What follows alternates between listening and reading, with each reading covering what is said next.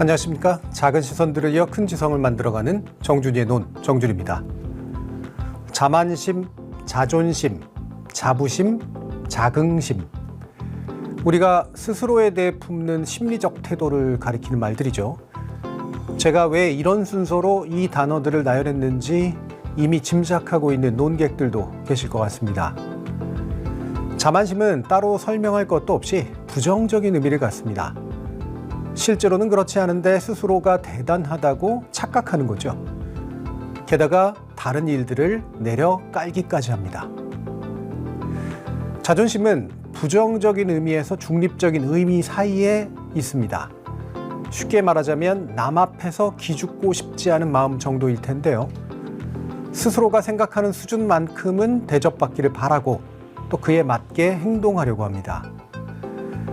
자부심은 대체로 긍정적인 의미에 기울어 있죠. 남들이 인정할 만한 거라면 장점으로 작용하지만 딱히 그렇지 못할 수준이라면 자만심과 다를 바 없게 되기는 합니다. 마지막으로 자긍심은 상당 부분 긍정적인 의미입니다. 남이 보기에든 자신이 보기에든 그 수준이 높건 낮건 독자적인 가치를 갖는 스스로를 인정하고 남과의 관계에서 무리를 빚지 않죠. 자기 개인에 대해서든 그 개인이 속한 사회에 대해서든 우리는 어떤 식으로든 자만, 자존, 자부, 자긍하는 마음을 갖게 마련입니다. 그렇다면 나는 적절한 자기성을 품고 남과 만나고 있을까? 아니면 자기 잘난 맛에 젖어 남을 비하하며 살고 있을까? 금요초대석으로 만나는 오늘 정준이의 논은 바로 그런 우리에 대한 인식, 이 시대에 대한 인식에 관련된 겁니다. 시대의 변화를 짚어주며 우리 스스로에 대한 담론을 만들고 계신 박태웅 녹서포럼 의장을 모시고 정준이의 논 91번째 이야기 지금 시작합니다.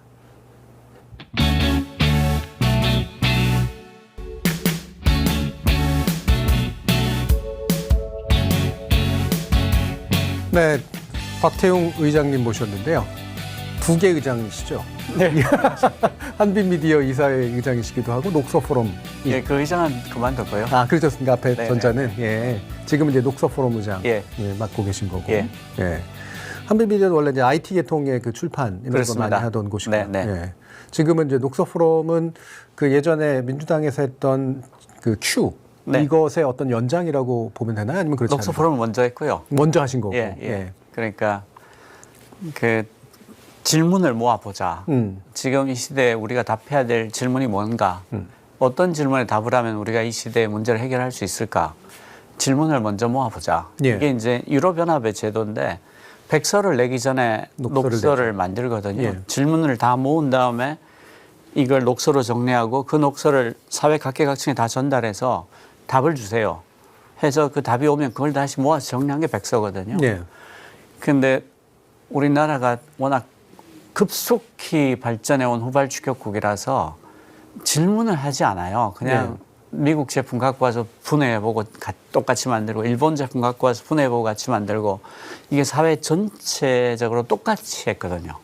그러니까 질문을 해본 적이 없는 거예요. 예. 문제가 뭐다를 정의 내린 적도 없고 그거는 일본이나 독일이나 미국 같은 선진국이 하는 거고 우린 베끼면 된다.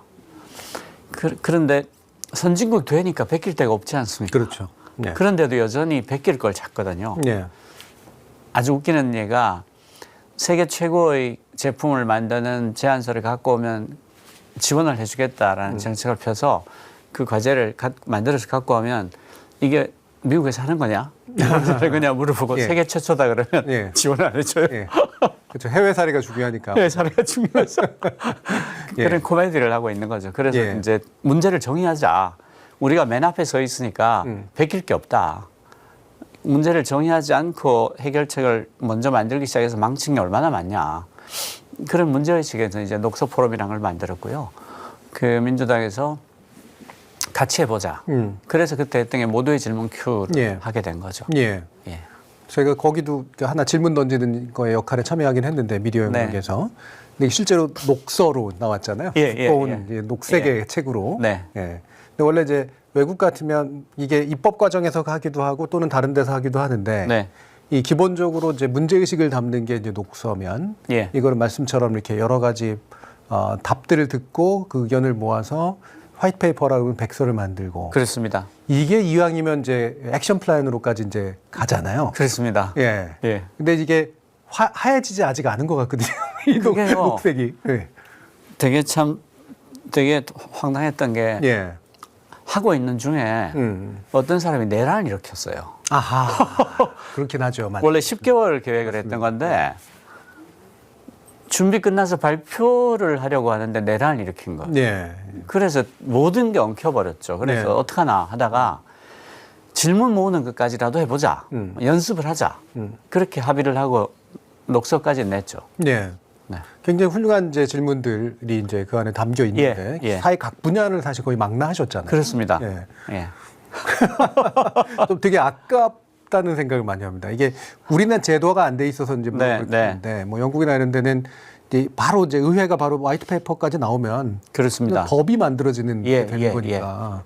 그걸 기반으로 그러니까 왜 그 백서가 굉장히 힘을 갖게 되냐면 예. 백서가 백서가 나올 때까지 공론화 과정이 3, 4년이 걸려요. 그렇죠. 그러니까 사회 전체의 합의를 질문에서부터 시작해서 한 3, 4년을 공론화 과정을 거쳐서 합의를 해서 만든 게 백서이기 때문에 네. 백서가 일단 나오면 굉장한 권위를 가집니다. 네. 그러니까 백서를 만들어 놓고 그다음에 딴소리를 하면 너 이때까지 무슨 그렇죠. 합의를 다 해놓고 왜 지금 또 그러니 예. 하고 바보가 돼요. 예.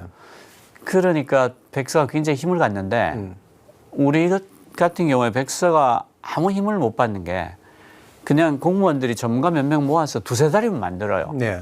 그래서 나오면 그때부터 사람들이 그걸 보고 이야기를 하기 시작하는 거예요. 대체 어떤 인간이 이런 걸 썼지? 그때 처음 만난 거야. 처음 보는 거죠. 예. 그래서 어떤 권위도 생길 수가 없어요. 네. 그리고 심지어는 그게 공론화되는 걸 두려워해서 밀실 공청회도 하고요. 네. 문 닫고 공청회를 해버려요. 그래서 누가 막 밖에서 왜 우리를 빼고 공청회를 하냐고 시위를 해서 공청회가 중단되기도 하고 그런 사례가 많잖아요. 네.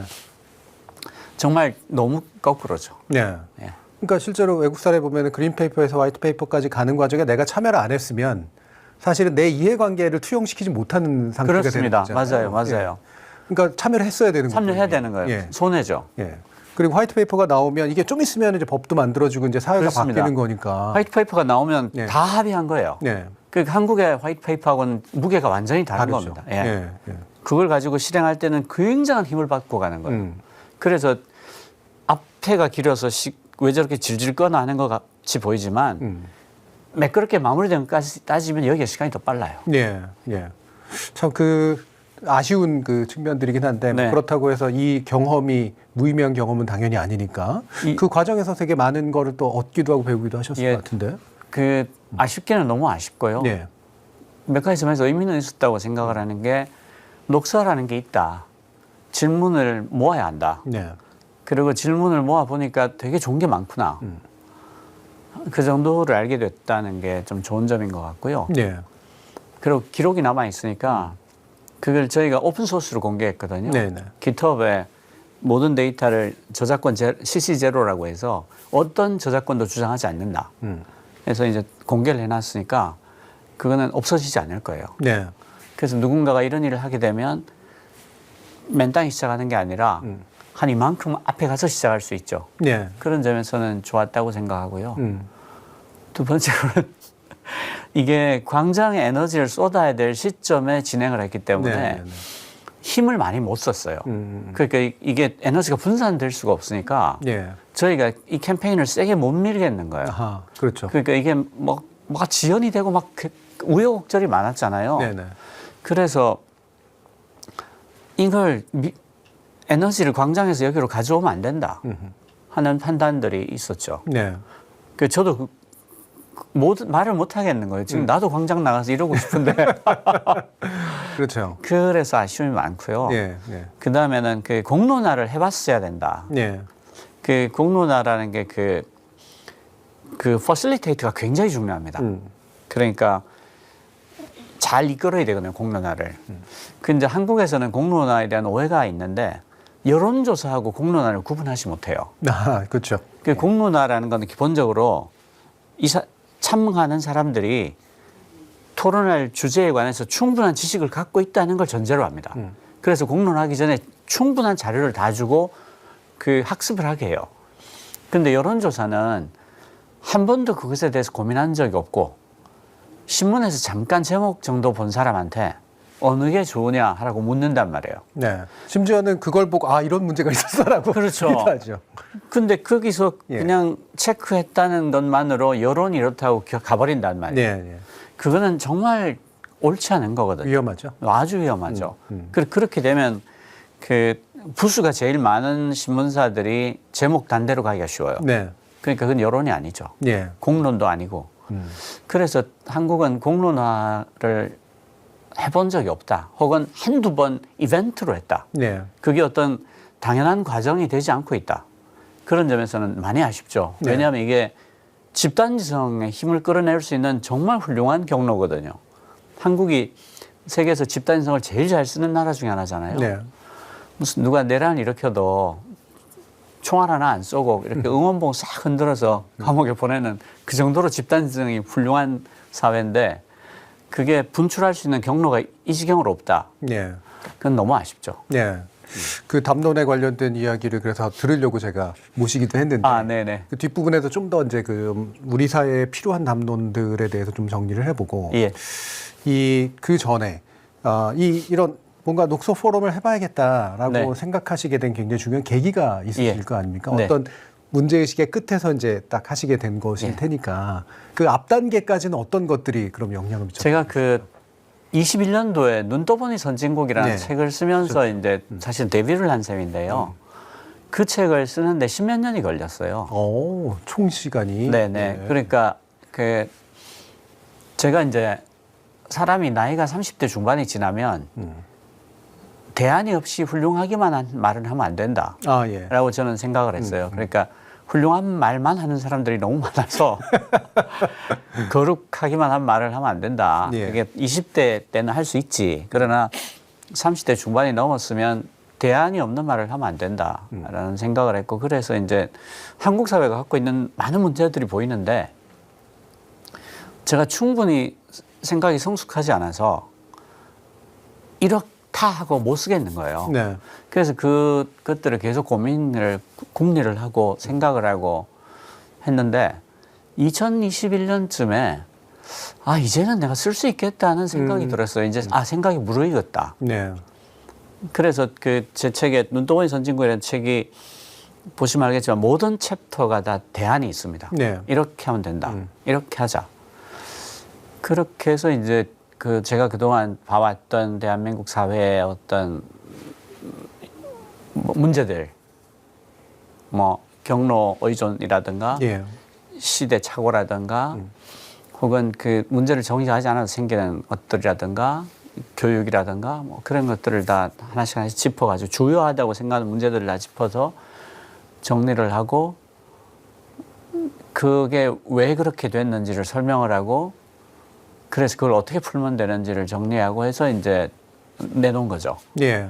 그런데 다행히도 굉장히 공감을 많이 해주셔가지고 예. 그 책이 베스트셀러가 되고 그래서 이제 김어준의 뉴스공장에서 제 글을 보고 불러주셨어요. 근데 공장장이 끝을 안 내는 거예요. 그래서 계속 듣자. 왜냐면 계속 책이 듣자. 한 권이니까. 그래서 계속해서 아주 여러 번 나가게 네. 되고 뭐 그러면서 이제 알려지게 된 거죠. 예. 예. 그 아마 많은 분들이 그 전부터도 이제 물론 어느 정도 이렇게 말씀하시는 거라든가 이런 것들에 대해서 사람들이 관심을 갖고 있었는데 확실히 이제 뭔가 이렇게 담론을 던져주시는 분이다라는 인식을 주신 게 바로 그 저서를 통해서인 건 맞는 것 같고 예. 저도 사실 그만때쯤부터 주목하기 시작을 했기 때문에 근데 이게 처음에 솔직히 말하면 제가 그 전부터도 이제 알긴 했었지만 그 제목을 보면서 네. 되게 죄송한 말씀이지만 왜 이렇게 국뽕스러운 제목을 다셨지? 아. 예. 그러니까 이게 분명히 깊이 있는 내용을 담을 텐데 잘 팔릴 것 같긴 한데 야 우리 진짜 선진국이야 뭐 이런 얘기를 하려고 하신 건가 하고 이제 들여다봤더니 사실은 그게 문재인 정부 시기에 우리가 이제 겪었던 그래도 나름대로 좋은 국제적 평가라든가 이런 분위기 덕분에 또 잘 맞은 면이 있긴 하지만 우리가 이제는 더 이상 카피할 데도 없고 예. 우리 스스로가 질문을 던져서 이제 우리 스스로가 답을 말해 나가야 된다라고 하는 문제의식 하에서 이렇게 쭉 만들어지신 거더라고요. 예, 그게 이제 그 영어 제목이 오히려 더 나을 텐데 영어 제목이 Already But Not Yet이거든요. 예, 예, 그렇죠. 그러니까 예, 예. 느닷없이 선진국이 돼서 예. 빠뜨린 게 너무 많다. 그렇죠. 이 빠뜨린 것들을 제대로 채우지 못하면 우리 오래 못 간다. 여기 오래 못 서 있는다. 이런 의미로 쓴 거였는데 예. 그 국뽕 이미지로 너무 많이 쓰였죠. 책을 안 읽은 분들이 막 욕을 하고. 그렇죠. 예.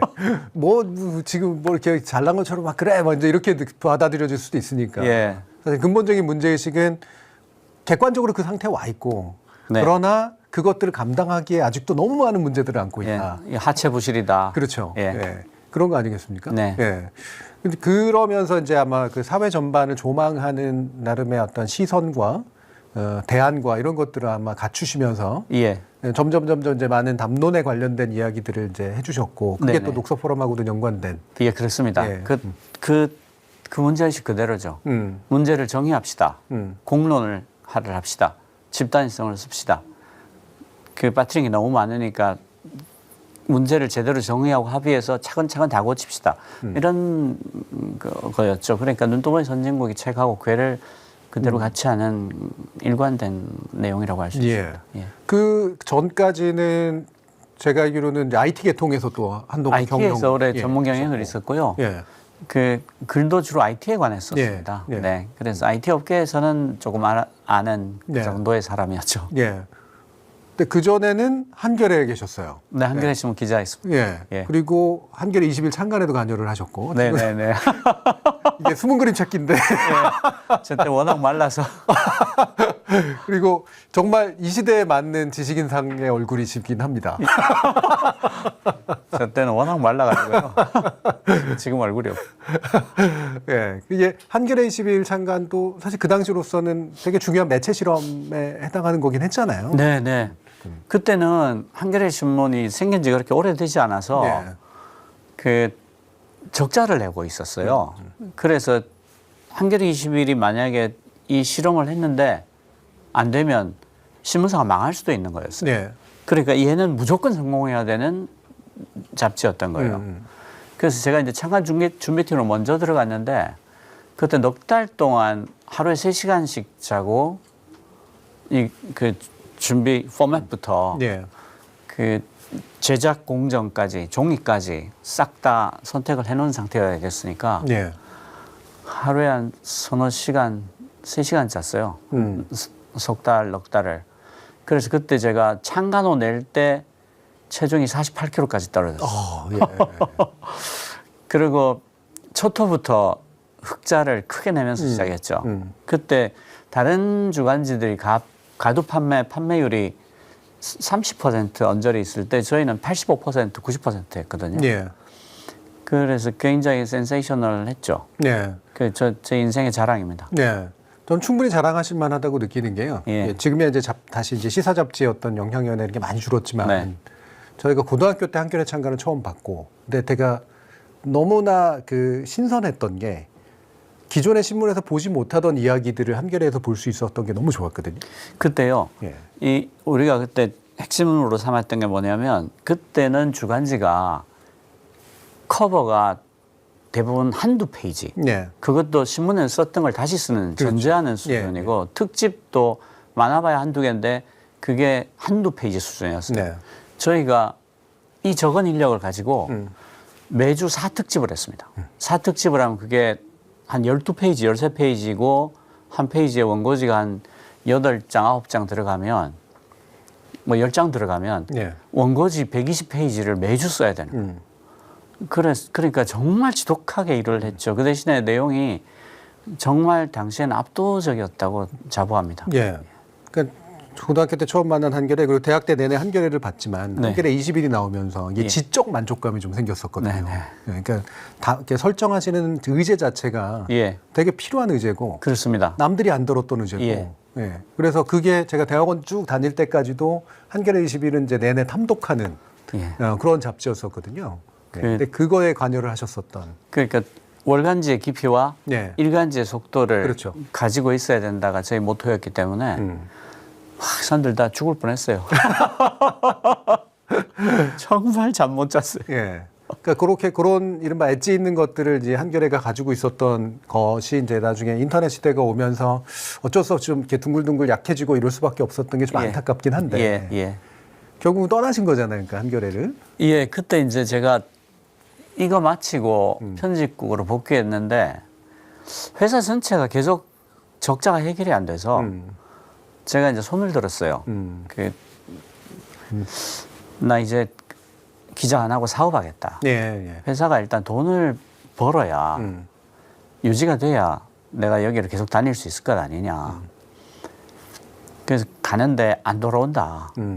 근데 그때 놀랍게도 선배들이 안 받았어요. 그때 이제 우리 선배들도 다 해직 기자 출신들이니까 그렇죠. 앞날이 창창한 젊은 기자를 이게 망칠 수 없다 이래가지고 1년을 버티는 거예요. 예. 선배들이 안 받아주고. 근데 예. 계속 회사는 적자니까. 그래서 제가 그럼 조건 달지 않겠다. 좀 보내달라.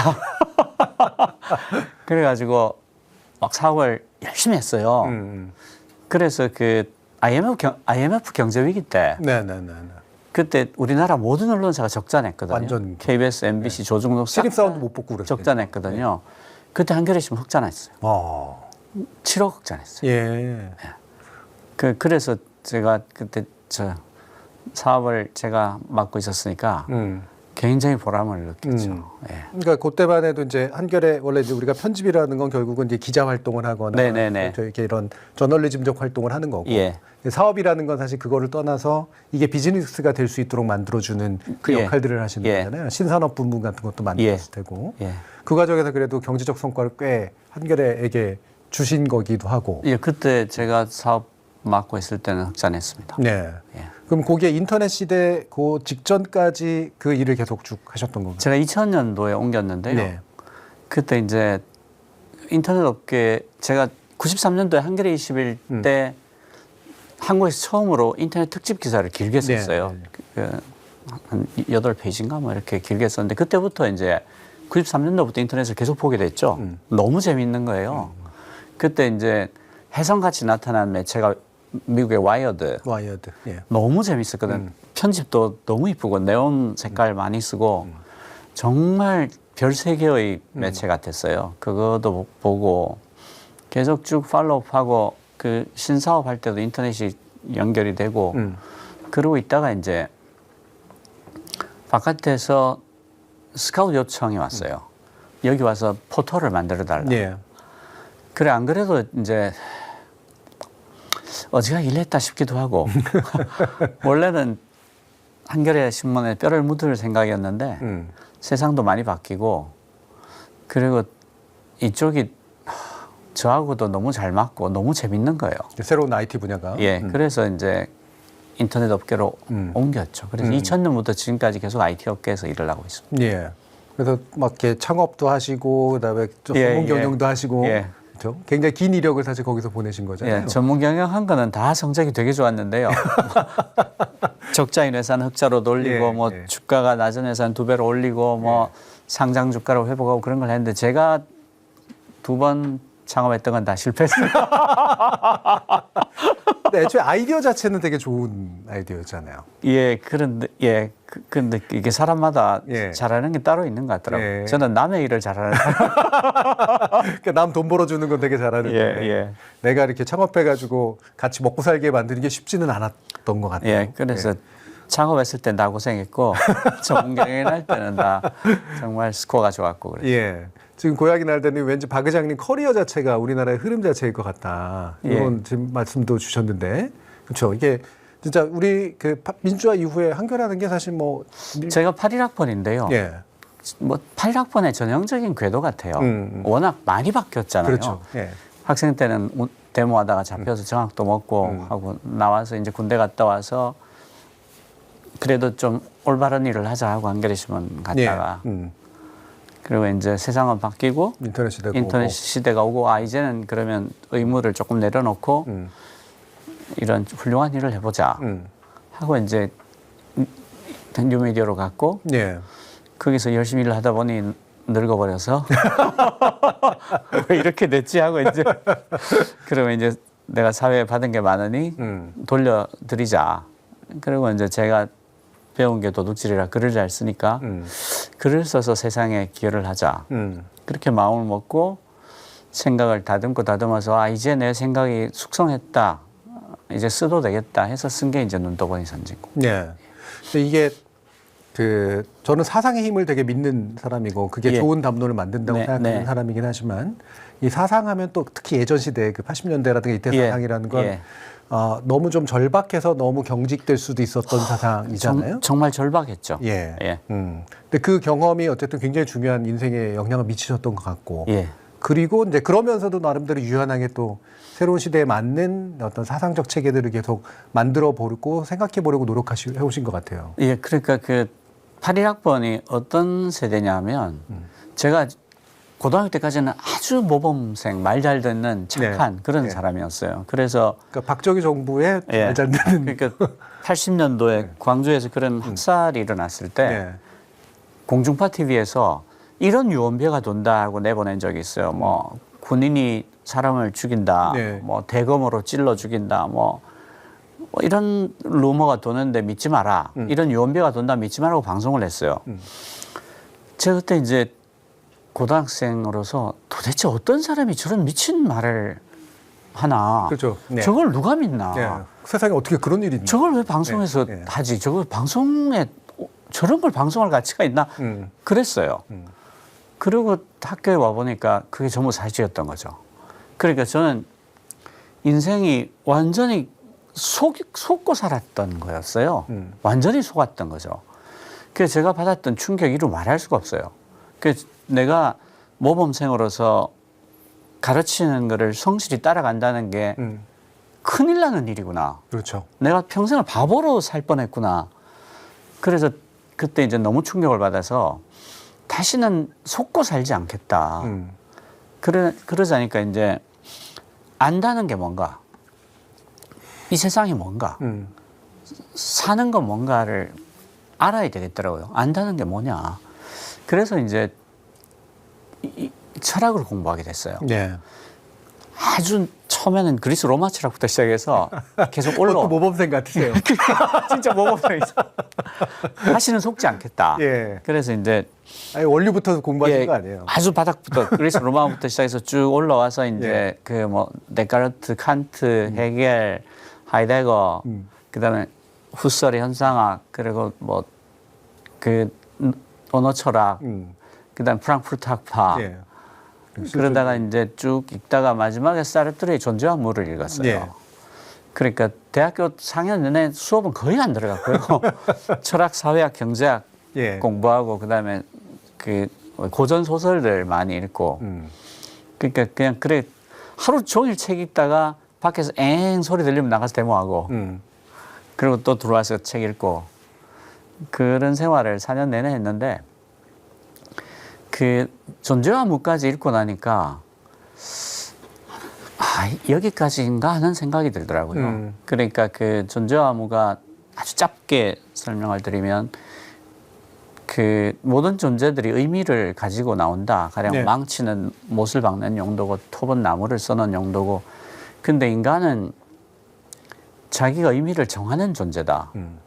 그 존재 앞에 어떤 선언적인 의미라는 게 없는 존재다. 예. 라고 하는데 그게 굉장히 명징한 그 논리적 체계를 가지고 책이 이만큼 두껍잖아요. 예. 서술이 되고 그러니까 그 논리적인 추론의 즐거움이란 게 있어요. 칸트의 순수 이성 비판도 정말 정밀한 논리를 하나씩 쌓아가면서 이야기를 전개하잖아요. 헤겔은 조금 허무하지만 그 하이데거도 그렇고 그런데 정말 정치한 논리의 끝이라고 해야 되나? 네. 존재와 무도 그런 서술인데 예. 게다가 실천까지도 이제 네네. 그래서 제가 이제 그때 느낀 게 여기에서 더 나가지는 어렵겠다. 예. 그러니까 이게 어떤 느낌을 받았냐면 그 물리에서 보면 빅뱅에서 우주를 얘기하잖아요. 네. 그럼 우리가 자연스럽게 묻게 되는 질문이 우주 바깥에는 뭐가 있는데라는 질문을 하잖아요. 근데 사실은 시간과 공간이라는 게 우주의 개념이기 때문에 네. 그 공간의 바깥에 어떤 공간이 있는데라고 묻는 거하고 똑같거든요. 네. 그 밖은 없는 거죠. 그렇죠. 세계의 한계죠. 우리의 사고의 한계. 양자의 중첩을 우리가 죽어도 이해 못하는 것과 마찬가지로 공간의 바깥이란 말이 성립하지 않는다는 걸 우리는 이해를 못하잖아요. 네. 그것과 같은 것 같다. 인간이 존재의 이전에 혹은 존재의 이전의 의미라든가 그 연원을 영원히 알 방법은 없을 것 같다. 예. 라고 판단을 하게 됐어요. 그 오랜 생각의 끝에. 그래서 이제 남은 게 그럼 뭘까? 나는 여기까지지만 누군가가 밝혀낼 수도 있잖아요. 그러니까 그 제일 바닥에 하나의 원리가 여전히 남아 있을 수 있어요. 네. 남의 사고의 자유를 빼앗을 권리는 누구에게도 없다. 그러니까 저는 그 원리로 출발해서 하나씩 쌓아나갈 수 있겠다는 생각이 들더라고요. 예. 그러니까 누구도 남의 사고의 자유를 빼앗을 권리가 없다. 그러면 거기서부터 굉장히 많은 게 만들어질 수 있거든요. 네. 그 사고의 자유를 빼앗을 수 없으면 인간의 기본권이라는 게 생기는 거고 그것을 여전히 그 공간을 열어놔서 언젠가 누군가 압도적인 사상을 가지고 이걸 다 해명할지도 모르잖아요. 이 의미를 밝혀낼 수도 있고 그 공간을 열어놔야 되는 거죠. 그래서 이제 그 정도의 그 준칙을 가지고도 인생을 살 수 있겠다. 네. 이 정도면 내 토대는 마련이 된 것 같다. 네. 그래서 이제 그러고 살고 있는 거죠. 근데 그 뒤로는 그러면 이제 책을 읽음으로, 그러니까 굳이 말하면 철학이나 사상의 어떤 흐름을 쫓아가면서 내 뭔가를 이제 채워나가기보다는 이제 거기까지 얻었던 것들을 가지고 그게 제 생각의 기반이었던 것 같고요. 그 뒤에 읽은 책들에서 그것보다 더 진도를 뽑아주게 하는 책은 아직 못 만난 거예요. 예. 그 뒤에 이제 뭐 들루에즈니 뭐 이런 프랑스 철학 책들도 있지만 저는 그게 더 나갔다는 느낌이 1g도 없어요. 그냥 동어 반복을 하거나 혹은 앞에 생각보다 더 후퇴한 느낌이 있거나 네. 혹은 그 밑에를 지운 다음에 밑에를 안 보이게 이렇게 뭐 천으로 가린 다음에 예. 그 위에서 무슨 얘기를 하는 예. 그런 느낌을 많이 받았어요. 그래서 뭐 좀 다소 어렵게 들릴 수 있게 말씀하셨지만 말 그대로 뜬구름 잡는 것 같다라고 하는 말로도 얘기할 수 있잖아요. 그거를 좀 그분들 기분 나빠하지 않게. 뭐 이게 이른바 포스트 구조주의나 포스트 철학들이 이제 사실 느껴지게 만드는 게 사실 그런 방식이긴 하니까. 그분들 기분 나빠하지 않게.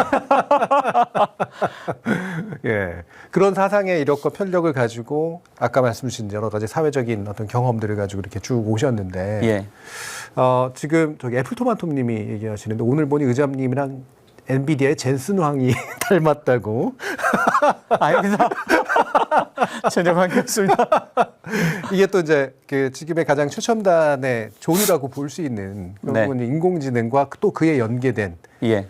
사실은 많은 분들은 혼란을 겪고 계실 테고 그렇죠. 실제 어떤 산업의 영역에서는 그냥 죽어라고 어떻게든 뭐든 해보려고 이제 나아가고 있는 걸 테고 이게 도대체 어떻게 움직이는 거며 어디로 가는 건지 사실 잘 모른 채 막 바삐 뛰어가는 그런 양상에 훨씬 더 가까운데 그래도 그 와중에도 이제 서가지고 그래도 이런 거야라고 말해주는 몇 분 중에 한 분이시란 말이에요. 예. 어떻게 하다 보니까 그렇지. 근데 그게 이제 뭐 애초에 원래 이제 전공도 그쪽은 아니셨고 뭐 IT 계통으로 쭉 오시긴 했습니다만 사실 저는 인공지능이라고 하는 거에 대해서 이게 기술적으로 이런 것들이 어떤 의미에서 만들어지는 거야라고 얘기할 수 있을지언정 이게 문명론적으로 어떤 의미야라고 말하는 건 또 별개의 문제라는 생각을 되게 많이 하거든요. 그럼 별개의 사유의 영역이 돼야 된다라고 생각을 하고 뭐 그런 면에서 이제 얘기해 주시고 계시는 부분이 좀 여러 가지가 있다라고 느끼기는 합니다. 지금 이 시점을 의장님은 어떤 관점에서 좀 보고 계세요? 그 사람들이 지금 기억을 못하는 게 있는데요. 제 눈도보인 선진국 21년도에 나왔거든요. 그때 챕터 2개가 있어요. 그게 AI의 시대라는 챕터가 있었고 AI 시대의 교육이라는 챕터가 있어요. 그때 이제 21년도에 AI가 나타나면 이런 위험이 생긴다. 그러니까 지금까지의 산업혁명이 전부 다 인간의 노동을 대체하는 거였다면 지금 나오는 AI는 인간의 정신을 대체한다. 그러니까 그 전에 있었던 어떤 산업혁명과도 다르다.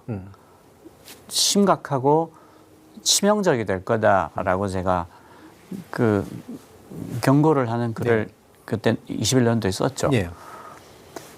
그리고 23년 그 11월 30일에 챗GPT가 나온 거예요. 근데 그게 제가 생각했던 것보다 훨씬 더 높은 성능이었어요. 네. 그때 본 첫 느낌이 큰일 났다였어요. 큰일 났다. 인류가 지금 거의 준비를 하지 않고 있는데 정말 준비 없이 이런 걸 맞으면 되는가? 얘가 어떤 의미라는 거를 사람들이 잘 모를 텐데. 그래서 제가 이제 김어준 공장장한테 연락을 했어요. 네. 이거 내가 좀 알리고 싶다. 설명하고 싶다. 그래서 이제 나가서 이게 어떤 맥락이 어떻고 경우에 따라 얼마나 위험해질 수 있고 사회를 어떻게 바꿀 거고 그 얘기를 했는데 공장장이 되게 이게 굉장히 빠르잖아요. 네. 자기가 들어봐도 이게 뭔가 굉장히 큰일이 난 것 같은 거예요. 그래서 또 저를 안 놔주는 거예요. 그래서 한 달 내내 예. 붙잡혀 갔어요. 예. 근데 그때가 AI의 캄브리아기였어요. 한 달에 논문이 2,000개가 나오는. 예. 그래서 그때 그 한 달을 제가 고3 때처럼 공부를 해야 됐어요. 막 쏟아져 나오는 논문을 계속 봐야 되니까 고3 때처럼 하루 종일 논문을 읽었어요. 그래서 그때 수요일이 녹화니까 예. 일요일 날 원고를 보내고 월요일 오전에 수정하고 월요일 오후에 수정하고 화요일 오전에 수정하고 수요일 오전에 또 수정하고 예. 그러니까 원고가 일주일에 한 번 나가지만 실제로는 5번 쓴 거예요. 예. 그렇게 한 달을 고3처럼 살고 나니까 죽을 지경이 된 거예요. 몸이 벌써 늙었는데 예. 은퇴한 사람인데 그래서 이제 사정을 하고 한 달을 만에 끝냈죠. 그리고 이제 그 뒤로 그 공부를 더 많이 해서 정리를 해서 이제 책으로 낸 게 박태웅의 AI 강의였는데 그것도 고맙게도 베스트셀러가 됐어요. 근데 이제 그때 그 책을 쓴 이유가 이게 뭔지를 알아야 된다. 사람들한테 알려드리고 싶다라고 쓴 거니까 그렇게 써놓고 그 우리 학교에 가서 강의하라는데 못하겠다 할 수가 없잖아요. 그래서 이렇게 중학교, 고등학교, 뭐 선생님들, 뭐 이렇게 뭐 시민단체, 뭐 이렇게 부르는 대로 가서 강의도 하고 하니까 예. 굉장히 힘들었죠. 이게 참 그런 말씀을 들으면서 제가 느끼는 게 아까 이제 눈동보니 선진국도 마찬가지고 지금 AI 강의도 마찬가지고 그런데 이게 제가 약장사들을 많이 알거든요. 시대마다 바뀌어가면서 언제나 그 시대의 전문가인 것처럼 약 팔고 다니시는 분들을 제가 많이 봐서 네네. 특히나 방송이 그거에서 놀아나기가 되게 좋은 아, 매체이기 때문에 예. 저는 방송이 잘하려면 네. 약장사와 그렇지 않은 사람을 구별해 주는 게 되게 중요하다. 그게 자신의 책무다. 그렇다고 생각합니다. 예. 저도. 그리고 나와서 얘기해 주시는 그 분은 그러니까 다른 사람들이 그걸 보면 신뢰할 수 있는 인물이어야 된다. 네. 그 앞 단계까지가 되게 미디어 역할이라고 이제 생각을 하거든요. 예. 근데 안 그런 경우들 너무 많이 봐서. 예. 저도 그런 말 들으면 움찔움찔하는데요. 예, 예. 저는 이제 그래서 아는 것만 얘기해야 된다를 예. 되게 경계하고 있는 편인데 그래도 겁이 납니다. 네. 제가 혹시라도. 돌팔이 같이 예. 모르는 얘기를 할까봐 예. 굉장히 두려워하죠. 예. 근데 사실 그런 자세가 약장사가 아니신 게 약장사들은 절대로 그런 생각을 뽑지 않습니다. 근데 이제 저도 몰라서 거짓말 할 때가 있으니까요. 예. 자기도 모르게 물론. 무섭죠. 예. 그러니까 그런 책임감을 느끼시면서도 하시기 때문에 사실 어렵다고 표현을 하시는 거란 말이에요. 너무 어렵습니다. 예. 예. 그러니까 이게 되게 신속하게 바뀌는 분야고 물론 예. 내가 이렇게 공부하면서 본 게 있어서 얘기해 줘야 된다고 생각해서 얘기하는 거지만 이쪽이 되게 어려운 게요. 그냥 딥식이 무슨 R1을 내놨다. 예. 그럼 거기에 새로운 엔지니어 기법이 되게 많이 들어가 그렇죠. 있어요. 예. 근데 저는 엔지니어가 아니잖아요. 예. 예. 그 논문을 끌어안고 그 새로운 기법들을 이해하는데 머리가 쥐가 나요. 그렇죠. 그리고 이제 주변에 그 다행히 후배들 AI 과학자들이 많으니까 제가 정리한 거를 그 친구들한테 물어보고 맞냐, 내가 맞게 이해한 거냐, 뭐 그렇게 이제 검증하는 필터가 있으니까 예. 조금 낫긴 하죠. 네. 네. 그렇게 이제 크로스랩도 하시는 거고. 근데 이게 또 엔지니어들은 한계가 자기의 작동성에 계속 관심을 갖기 때문에 그게 어디하고 연결돼서 무슨 의미를 갖는지는 또 상대적으로 굉장히 약하단 말이에요. 그러니까 설명을 어렵게 하죠. 그렇죠. 다 아는 거 아니었어? 뭐 이러면서 얘기하는 것도 되게 많고. 설명을 들으면 예. 더 힘겨워지죠. 그래서 이게 적절한, 아까 퍼실리테이터라는 표현도 쓰셨습니다만 저는 적절한 이제 이런 중재자, 중개자, 인터미디어리라고 표현하는 특히나 지식의 이런 인터미디어리가 되게 중요하다라고 생각을 하고 그 역할을 잘해주시는 분들이 지속적으로 배출돼야 된다. 그리고 그게 미디어가 가지는 사회적 기능이 굉장히 중요한 측면이다. 예. 이렇게 생각을 하거든요. 예, 저도 그렇게 생각하고 있습니다. 그럼 이런 얘기들을 해주시면서 어떤 얘기는 반드시 좀 전달하고 싶으세요? AI 관련해서. 그러니까 이게 그 전기를 인류가 쓰기 시작했을 때하고 맞먹는다. 네. 혹은 전기기관이 만들어졌을 때하고 맞먹는다. 그러니까 우리가 그 결과는 본 것 아니냐. 전기기관이 들어와서 공장의 모양만 바꾼 게 아니다. 노동을 바꿨죠. 노동을 바꾸고 도시의 모양을 예. 바꾸고 전기가 공장의 모양을 바꾼 게 아니라 세상을 바꾼 거다. 그렇죠. 가령 전신 전보가 쓰이면서 소식이 실시간으로 다 네. 공유가 됐잖아요. 그러면 주식 증권 시장은 완전히 바뀌는 거거든요. 그렇게 제도가 다 바뀐다. 네. 그러면 그거를 보고 지금 AI를 봐라. 근본적으로 바꿔놓을 거다. 그러니까 근본적으로 바뀌어야 한다를 전제로 하고 얘기를 시작을 해야 된다라는 걸 말씀을 드리고요. 두 번째로는 그 산업혁명 때는 우리가 정말 준비 없이 맞은 거잖아요.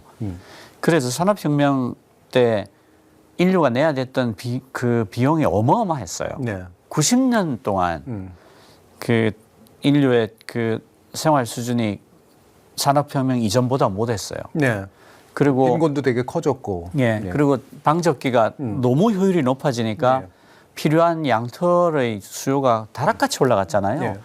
그래서 그냥 농촌에서 잘 먹고 잘 살던 사람들을 내쫓- 다 내쫓아버리고 그 울타리를 친 다음에 네, 인클로드. 양을 길렀어요. 네. 그래서 그때 그 영국의 신문들의 그 헤드라인 같은 게 양이 사람을 잡아먹는다 했어요. 양이 사람을 잡아먹는다. 그래서 그 사람들이 쫓겨나서 도시 빈민이 됐잖아요. 네.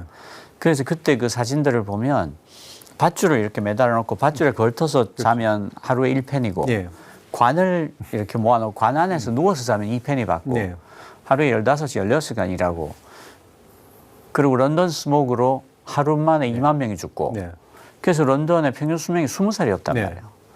그런 걸 다 겪고 90년 지나서 겨우 혜택을 받고 인류가 문명의 혜택을 받고 산업이 발전한 건데 지금 그 과정을 또 되풀이할 필요가 있는가? 네. 왜냐하면 지금 AI가 한 줌도 안 되는 슈퍼 엘리트들 손에서 발전의 방향과 발전의 속도와 그 내재한 윤리, 원칙이 다 결정이 되잖아요. 네. 어떤 윤리를 적용했냐 하면 우리 비즈니스 비밀이다. 알려줄 수 없다. 그렇지만 우리가 대단히 윤리적으로 학습시킨 거니까 믿어라. 이거잖아요. 그러니까 사회 전체가 얘가 인류의 복지를 위해서 행복을 위해서 작동하도록 처음부터 구조화해서 산업혁명 이후에 그 끔찍했던 시간을 최소한으로 줄여보자. 네. 그리고 그렇게 할 수 있다. 왜냐하면 이건 천재지변이 아니니까. 우리가 만들어가는 거니까. 이런 말씀을 드리고 싶죠. 네. 네. 저는 제가 이제 늘 예를 드는 게 신안의 태양광 연금을 봐라.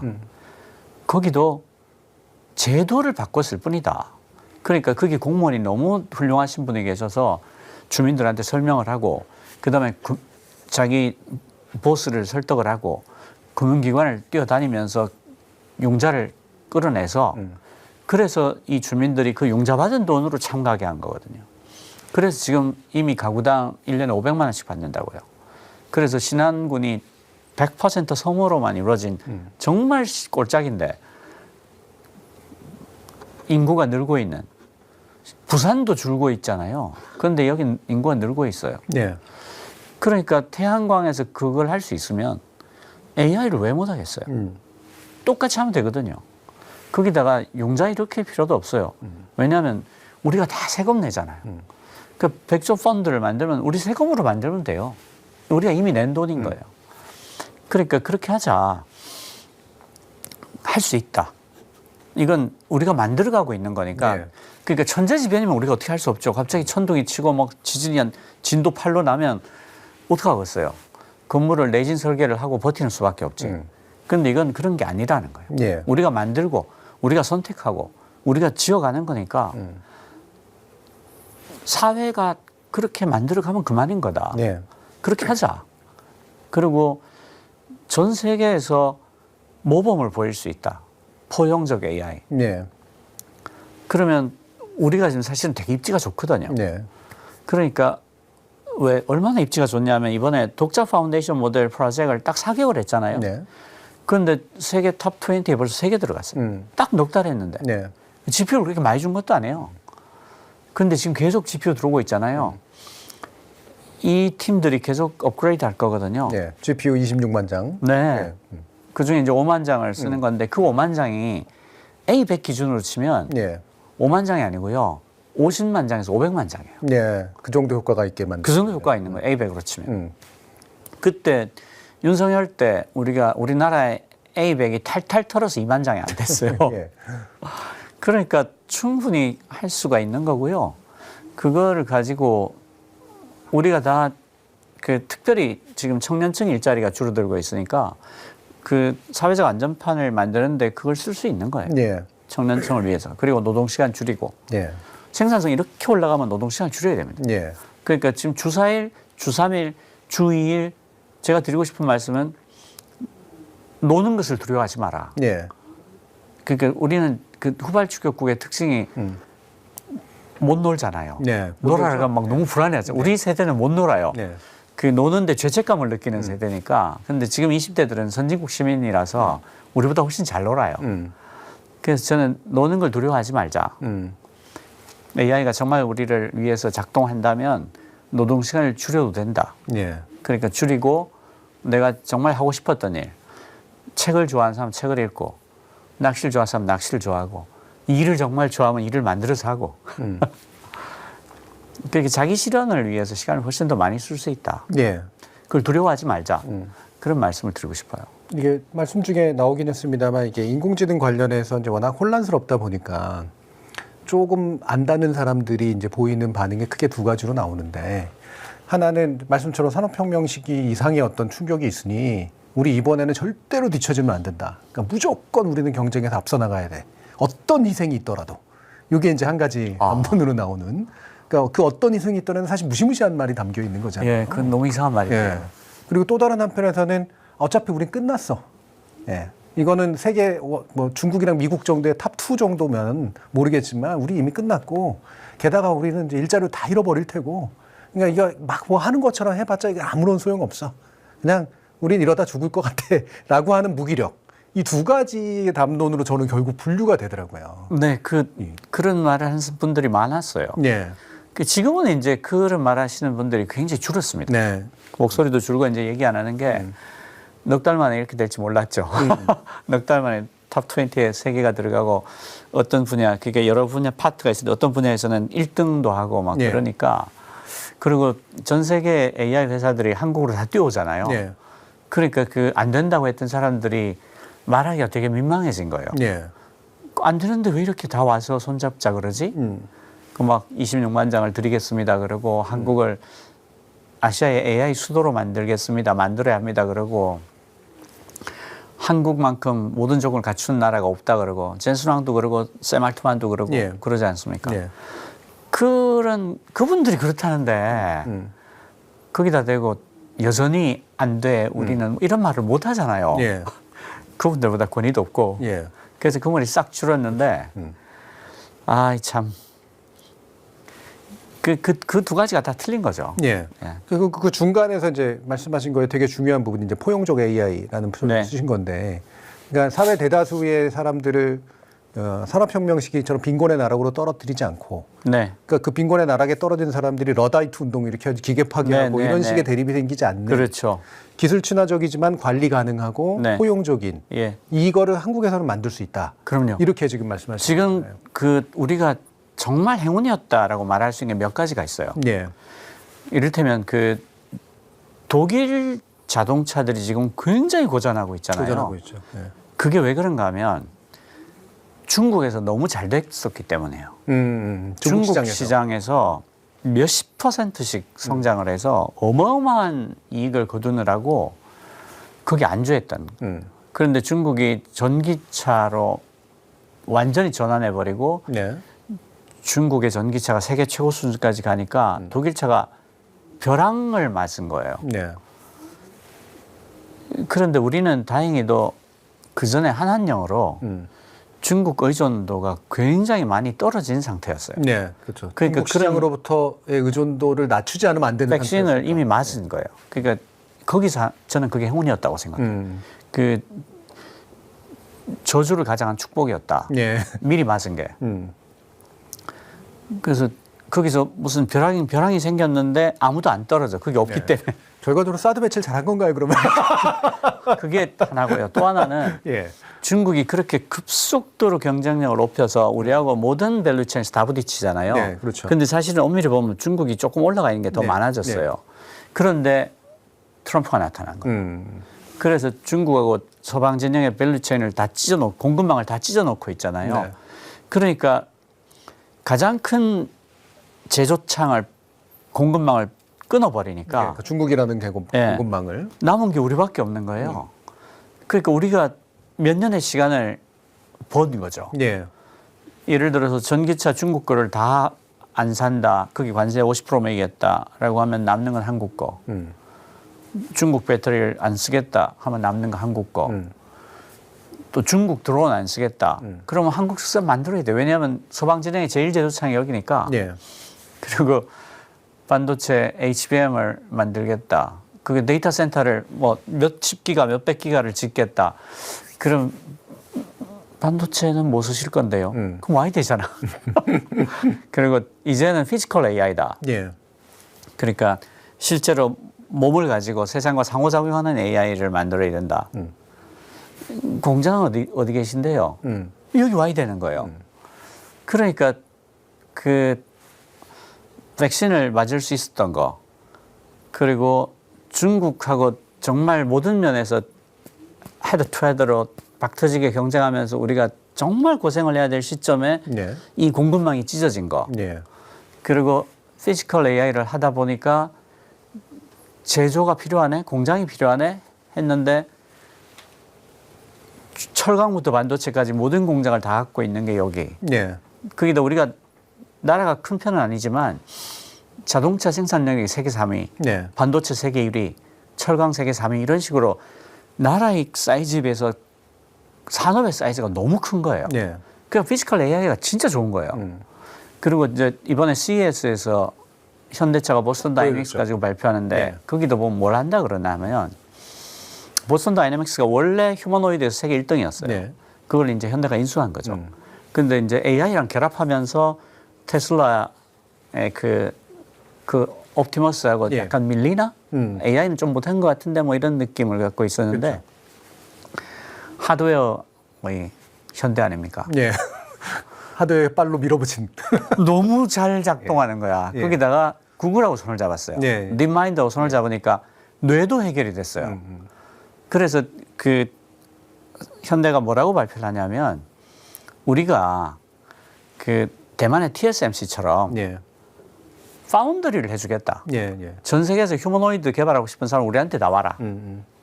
양산의 코리아 아니냐. 예. 우리 설계도 들고 오면 만들어준다. 다 만들어줄게. 우리 하드웨어 우리만큼 잘 만든 데 없다.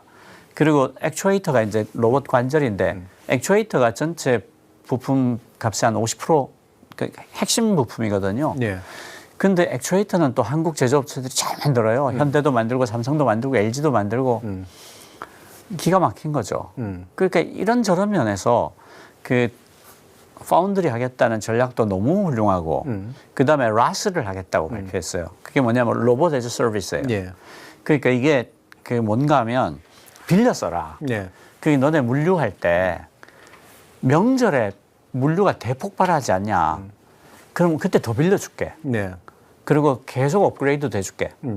그러니까 물류가 많이 몰리면 더 많이 빌려 쓰고 네. 적게 몰릴 때는 좀 적게 빌려 쓰고 네. 고정비 부담을 줄이고 유연성을 높이게. 네. 우리가 그 라스 해줄게. 네. 그 현대는 라스를 할 수 있는 아주 훌륭한 회사예요. 왜냐하면 자체 공장이 많아. 그래서 거기다 휴머노이드를 항상 때려 넣어야 되잖아요. 그리고 파운드리 하면 또 많이 만들고 있을 거 아니에요. 예. 그러니까 여기서 빠져나온 애들은 자체 공장에 넣고 이런 게 다 되는 거죠. 네. 그러니까 그 우리가 여러 가지 점에서 입지가 전혀 나쁘지가 않아요. 네. 그리고 지금 삼성전자가 자동차 전장 쪽 거의 다 먹고 있거든요. 네. 독일에서 며칠 전에 그 스마트 카메라 자율주행 보조 네. 쪽에 가장 큰 회사 인수했잖아요. 지금도 앞에 디스플레이부터 네. 이쪽 그 스피커까지 삼성이 1등이거든요. 근데 그거까지 붙였는데 그게 휴머노이드에도 쓰인단 말이에요. 카메라 같은 게. 그러니까 나쁘지 않다. 피지컬 AI에서는 1등 할 수도 있다. 그리고 혼자 1등 하지 말고 구글 딥마인드니 뭐 오픈 AI니 다 와라. 우리 손잡자. 같이 하자. 이렇게 할 수도 있는 예. 굉장히 괜찮은 여건이다. 예. 그런 거예요. 예. 그러니까 이제 불과 몇 년 전에 이제 그런 비관론 우세에 비해서 보면 되게 급격하다 싶을 정도로 사실 되게 어이가 국제 없죠. 경쟁력이 보이는 이제 상태까지는 왔는데 정말 내란 전까지 정말 절망했거든요. 저는. 그렇죠. 예. 예. 사실은 뭐 R&D 예산을 18% 깎아버리고 예. 정말 망할 일밖에 없다고 생각했어요. 그렇죠. 중국 시장 잃고 네. 중국한테 추월당하고 네. 사실 갈 길이 있나라고 그러니까요. 이제 생각을 했었는데 예. 이게 이런 식으로 돌파구가 열리는구나 싶기도 해서 그 사람이 죽으란 법은 없구나. 근데 이제 또 많은 분들이 걱정하는 아까 포용적이라고 하는 건 결국은 그래도 이제 결국 다른 고용을 만들어내고 이게 단순히 대기업 위주의 어떤 성장이 아닌 전 국민의 어떤 보편적인 함께 또 이재명 대통령도 말하는 이런 성장으로 바꿔내야 예, 그렇습니다. 이게 우리가 의미 있는 사회를 이제 만들게 그렇습니다. 되는 거잖아요. 예, 예. 이 부분에 대한 우려가 굉장히 많으시니까 그 부분에 대해서도 좀 말씀. 근데 지금 이재명 정부의 기본 방침이 AI 기본 사회고, 예. 우리 그 AI 전략위원회도 사회분과가 따로 있고, 그리고 이제 그 민주주의 분과가 따로 생겨요, 아예. 네, 민주주의 분과가. 네네, AI 민주주의 예, 분과가. 예. 거기서 집중적으로 그걸 고민을 할 거고요. 그리고 그걸 연구하는 연구소를 따로 만들 겁니다. 네. 이 연구소는 학제간 연구를 하게 될 거예요. 그러니까 엔지니어들이 그 AI를 잘 알 수는 있지만 예. 철학, 윤리학, 그렇죠. 법학, 사회학, 인류학, 인지심리학 이런 건 모르잖아요. 그러니까 범학제간 연구가 반드시 있어야 되는 거죠. 네. 그걸 하는 연구소도 만들 겁니다. 그렇게 함으로써 사실 이게 눈에 안 보이는 많이 지금 진행되고 있는 거로 저는 알고 있어요. 네, 네, 네. 우리 기본법 만드는 그것에서부터 네. 이게 단순한 규제라기보다는 산업 활성화도 같이 시키면서 필요한 예. 윤리적 규제들이 들어갈 수 있도록 만드는 그런 방법. 그러니까 사실은 우리가 그걸 잘하면 예. 세계의 모범이 될 수 있어요. 그렇죠. 모형을 만들 수 있는 네, 거니까요. 모델을 만들어서 야 이렇게 쓰니까 좋던데?를 보여줄 수 있는 거죠. 그게 좋은 게 우리가 제국주의 경험을 가지지 않고 선진국이 된 유일한 나라예요. 네. 거기다가 사이즈도 아주 적당한 미들 파워예요. 그러니까 쟤한테 먹히겠는데라는 고민을 아무도 하지 않아요. 예, 그렇죠. 그게- 스타일에 의한 게 아니니까. 네. 네. 그리고 후진국 입장에서 보면 쟤가 나랑 똑같은 애였는데 저기까지 갔어. 그 배우고 싶잖아. 예. 너는 분명히 나만큼 못 살았는데 더구나 솔직히 내가 더 낫지. 너는 전쟁 끝나고 아무것도 없었잖아. 예, 예. 뭐 지하 자원도 없고. 근데 네가 거기까지 간 그 비결을 좀 알려줘. 궁금하잖아요. 그러니까 외교적인 지위도 너무 좋은 거예요. 지금도 일본에서도 환영받고 미국에서도 환영받고 중국에서도 환영받는 이유가 딱 그 가운데 있어서 그런 네, 거거든요. 그런 면이 있죠. 그러니까 이재명 대통령이 외교를 너무 잘하시기도 하지만 그 자기 입지를 너무 잘 이용하시는 거예요. 네. 너 나랑 안 사귀면 어떡할 건데? 이게 가능한 거예요. 예. HM 있니? 네. 이러면서. 여기저기 다 필요한 존재가 지금 되고 예, 있으니까. 예. 그럼 지금 아이고 속수련님이 다음 주에 한 번 더 주세요, 더 해주세요. 뭐. 그다음에 현율님은 이 좋은 내용을 보면서도 AI 켜놓고 이것저것 하고 있습니다. 뭐 이렇게 말씀도 주시는데 아까 해피프링님인가가 자기가 철학과였는데 지금 말씀하신 이야기들 하나도 책을 읽진 않았어요. 이렇게 얘기하시기도 아니 책을 안 읽으니까 그렇죠. 그리고 아까 어떤 분께서 이게 그래도 노동을 통해서 우리가 배우는 게 있고 그 배움에 의해서 또 어떤 새로운 노동이라든가 창의성들을 더해가는 것들도 있는데 자칫하면 이 시대가 그런 것들을 못하고 인간을 무기력하게 만들지 않을까라는 우려도 좀 하시는 것 같아요. 그게 좋은 질문입니다. 예. 제가 생각할 때는 그런 질문들을 다 모아야 돼요. 우리가 지금 뭘 답해야 되지? 예를 들어서 사고 외주화가 불가피하잖아요. 그럼요. 예. 그리고 우리가 어린 나이에 스마트폰을 쓴 사람일수록 집중할 수 있는 시간이 떨어진다. 그렇죠. 그 일되면 그 뭐 수학 점수가 3.5점 떨어진다. 이런 거는 확인된 사실이에요. 예. 그리고 또 여러 가지로 과학적으로 검증된 게 있는데 디지털 디톡스를 조금만 해도 큰 효과가 있다. 그러니까 한 2주만 디지털 디바이스를 멀리 해도 정상화가 된다. 뇌가 상당 부분 돌아오더라. 그러니까 그건 이게 희망이 있는 거죠. 예. 그런 것들은 다 과학적 근거가 있어요. 그리고 또 무엇보다도 몸과 뇌가 하나예요. 그러니까 그 숨가쁜 운동을 하면 뇌가 좋아져요. 네. 왜냐하면 얘도 신체니까. 그렇죠. 뭐 그런 것들을 다 과학적 근거를 가지고 하나씩 풀 수 있거든요. 네. 그러니까 그런 질문들을 다 모을 수 있어야 돼요. 그 정신을 뺏길 텐데, 노동을 뺏길 텐데, 청년층부터 가장 큰 피해를 볼 텐데, AI 윤리를 왜 그 한 줌도 안 된 슈퍼 엘리트들이 결정하고 그 과정을 우리는 지켜볼 수가 없는 거지? 그리고 AI가 설명 가능하지 않잖아. 그러면 사람을 채용할 때는 AI를 쓰면 안 되는 거지. 네. 이런 질문들을 다 모아야 되는 거예요. 다 모으면 공론화해서 풀 수 있어요. 왜냐하면 우리가 룰을 정하는 거니까. 아, 이거는 못 푼 문제니까 그러면 이거는 여기는 쓰지 말자. 이걸 쓸 수 있으려면 AI의 모든 결정이 설명 가능해야 돼. 그러니까 AI가 설명 가능해질 때까지는 사람의 평가에 관해서는 AI를 절대로 쓰면 안 되겠다. 이렇게 합의를 해버리면 되는 거예요. 그러면 AI가 설명 가능하지 않는다는 약점은 있지만 그 약점으로부터 우리는 피해 나갈 수 있는 거죠. 예. 예. 그러니까 지금 그 되게 좋은 말씀 하셨는데 좋은 질문 하셨는데 그런 질문들을 다 모아야 되는 시간이에요. 지금이. 예. 지금 다 끄집어내 놓고 이렇게 넓은데 밝은데 붙여놓고 다 들여다볼 수 있게. 예. 그게 공론장이잖아요. 예. 지금은 이제 디지털이 발달해 있으니까 그런 공론화하기가 너무 좋죠. 가령 이런 거예요. 질문이 5,000개가 왔어. 이거 AI로 금방 분류할 수 있습니다. 그렇죠. 카테고리화 시킬 수도 있고요. 예. 그러니까 5,000개의 질문이 하나도 급이 안 나요. 예. 그냥 한 30분만 시간 주면 얘가 아주 멋있게 분류하고 요약 정리까지 해주거든요. 그럼 내가 뭐라 하면 되냐면 분류 맞겠나? 만 보면 돼요. 그러니까 하기가 너무 좋죠. 예. 공론화하기가. 지금 많은 분들이 구형이 미뤄져가지고 내란 재판 때문에 아마 또 이렇게 속상하신 분들도 좀 계신 것 같은데. 네, 저도 너무 신경질 납니다. 사실 우리가 이렇게 선진국의 대열에 와 있구나라는 걸 늦게나마 자각하고 뭔가 해야겠구나라고 하다가 이게 나락으로 떨어지는 것 같아라고 네. 하다가 어이구 다행히 살아났어. 맞아요. 그리고 보니까 우리가 또 이렇게까지 나쁜 상태는 아닌 것 같네. 네, 네. 뭔가를 할 수 있을 것 같아. 예. 정도까지는 그래도 회복은 된 것 같아요.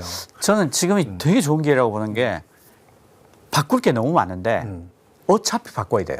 AI 때문에. 그렇죠. 대전환의 시기라.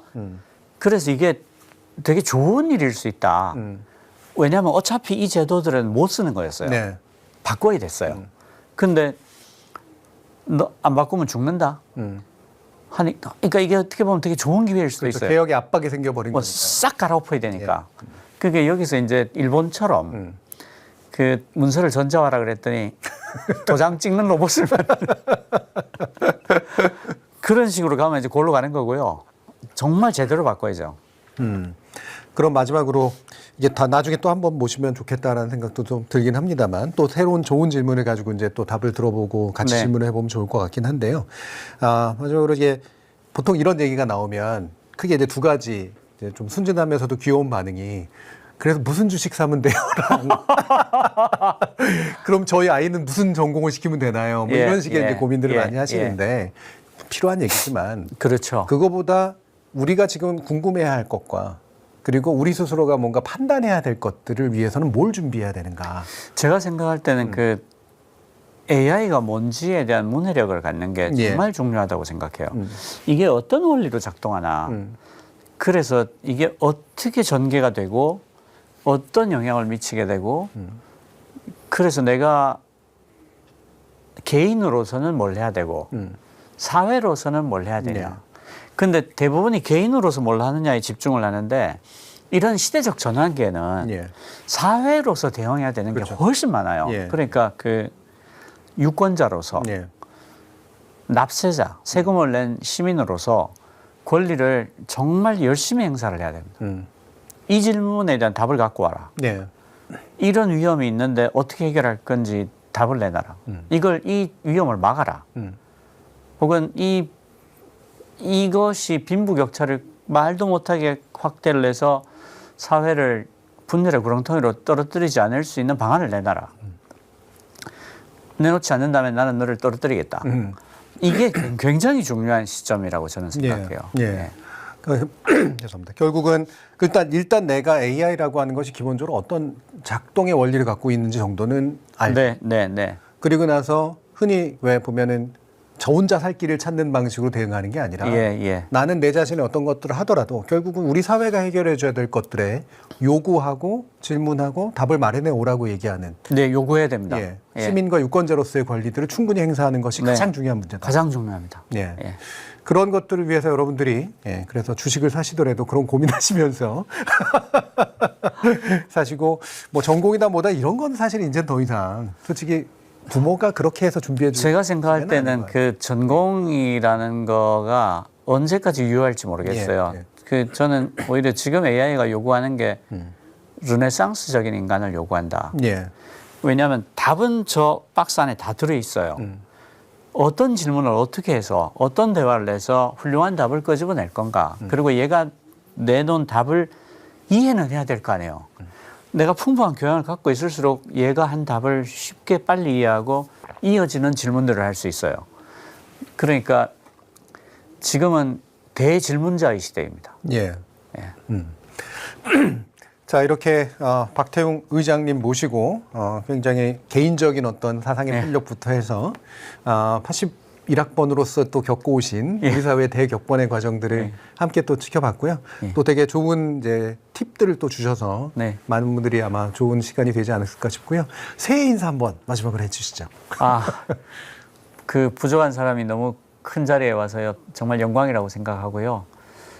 그 새해에는 그 AI에 관해서 좀 더 잘 알게 되고 그래서 세금을 낸 납세자로서 자기 권리를 제대로 행사하고 세계에서 집단인성을 가장 잘 작동하는 사회 일원으로서 그러니까 뭐 쿠데타를 일으켜도 응원봉 하나로 제압하는 정도의 집단인성을 가진 사회 일원으로서 그 집단인성을 제대로 작동을 해서 정말 제가 생각할 땐 천재 일우의 기회가 온 것 같거든요. 우리 입지가 너무 좋고 이걸 잘 살려서 전 세계에 자랑할 수 있는 AI 기본사회, 포용적 AI를 모델을 만들 수 있는 그런 성숙한 사회를 만들어 보는 그런 해가 됐으면 좋겠다. 그렇게 말씀드리고 싶습니다. 네, 복 많이 받으십시오.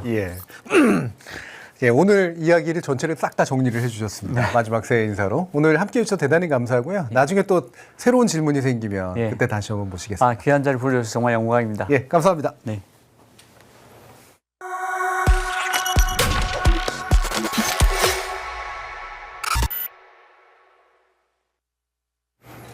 인간의 역사, 특히 문명사회를 만든 이후의 인류사 속에는 여러 차례 거대한 변동의 시기가 찾아왔었습니다. 그걸 권력 이동과 권력 재배치의 관점에서 파악하는 시선도 있고요.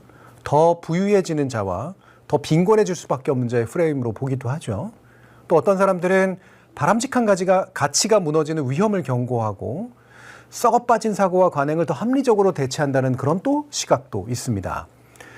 기후위기, 민주적 가치 혼돈, 약육강식의 논리에 전면하라는 위험 속에서 급기야 인공지능이 야기하고 있는 대격변의 계기가 결합된다면 지금 우리가 발딛고 선 이 세계는 과연 어디로 향하게 될까? 거짓 선지자들이 바로하기에 딱 좋은 이 시기를 누구를 믿고 누구와 손잡으며 어떻게 통과해야 할까? 부단히 성찰하고 또 실천하며 신속히 교정해가는 개인적 지혜와 집단적 지성이 절실히 필요한 시점인 것만은 분명해 보입니다. 지금껏 경험해보지 못한 세상이 돌아올 때는 함부로 예단하고 주장하는 거 삼가야 마땅하겠습니다만 지금의 변동이 과거 것들과 확실히 다른 점 하나 있습니다. 예전의 변동은 결국 인간과 인간 사이의 관계를 바꾸는 한계 안에 있었던 반면 지금은 인간과 인간 아닌 것들 사이의 관계가 바뀔 지경에 이르렀다는 거죠. 인간의 자만을 방어하기 위해서가 아니라 인간의 자긍을 유지하기 위해서 무엇보다 먼저 인간과 인간이 손을 맞잡고 머리를 맞대야 한다는 점만큼은 분명해 보입니다. 정준이의 논 91번째 이야기 여기까지입니다. 오늘 꾸실 꿈이 위로가 되고 내일 맞을 아침이 용기를 주길 바랍니다.